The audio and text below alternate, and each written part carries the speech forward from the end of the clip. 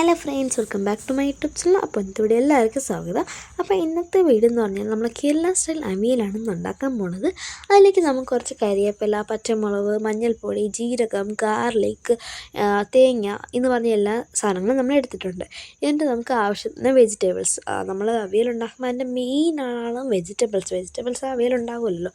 അപ്പോൾ നമ്മൾ വെജിറ്റബിൾസ് ഇട്ടിട്ടുണ്ട്. എന്നിട്ട് നമുക്ക് നമ്മൾ കുറച്ച് സാധനങ്ങൾ എടുത്ത് വെച്ചിരിക്കുന്നത്, തേങ്ങ അതൊക്കെ എടുത്ത് വെച്ചില്ലേ, അത് നമുക്ക് കുറച്ചിട്ട് നമുക്ക് അരച്ചെടുക്കാം.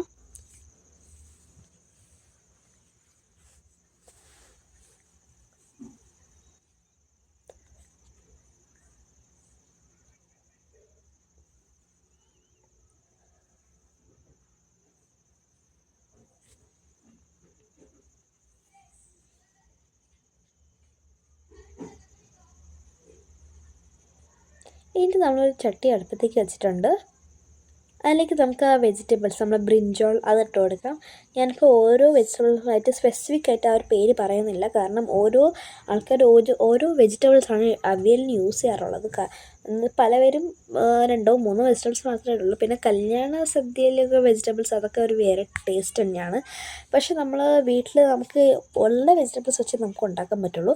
സോ ഞാൻ അതുകൊണ്ട് ഓരോ പേരിങ്ങനെ എടുത്തെടുത്ത് പറയുന്നില്ല, ഞാൻ എടുത്ത വെജിറ്റബിൾസ് മാത്രമാണ് ഞാൻ പറയുന്നത്. ഞാൻ എടുത്ത വെജിറ്റബിൾസ് തന്നെ നിങ്ങൾ എടുക്കണം, അങ്ങനെ ഒന്നുമില്ല.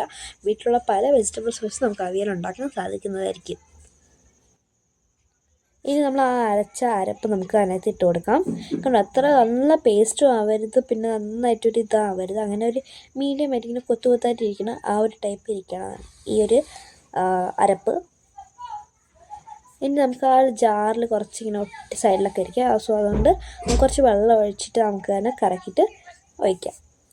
ആ ഒരു ഒട്ടി പിടിക്കുന്ന ആ ഒരു അരപ്പ് അതിലേക്ക് വന്ന് വീഴും.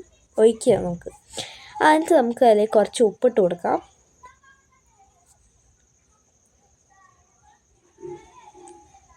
ഇനി നമുക്ക് സ്റ്റൗ ഓൺ ചെയ്ത് കൊടുക്കാം. നമുക്ക്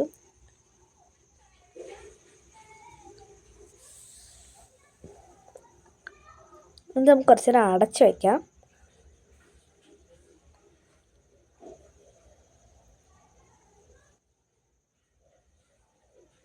നമ്മൾ തുറന്ന് നോക്കുമ്പോൾ ആ ഒരു ആവി ഇങ്ങനെ പറന്ന് പോവാണ് ഗൈസ്.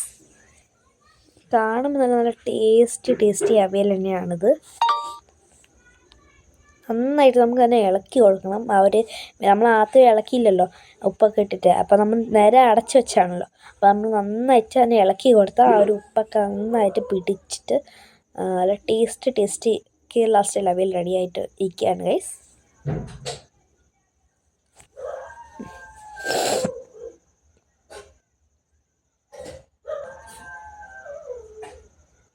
അപ്പോൾ നമ്മൾ കേരള സ്റ്റൈൽ അവിയൽ ഇവിടെ റെഡി ആയിട്ടുണ്ട്. അപ്പോൾ നമുക്ക് ഈ വീഡിയോ ഇഷ്ടപ്പെട്ടെങ്കിൽ ലൈക്ക് ചെയ്യുക, ഷെയർ ചെയ്യുക, കമൻറ്റ് ചെയ്യുക, സബ്സ്ക്രൈബ് ചെയ്യുക. ബൈ. അടുത്തൊരു വീഡിയോ ആയിട്ട് നമുക്ക് കാണാം. ബൈ.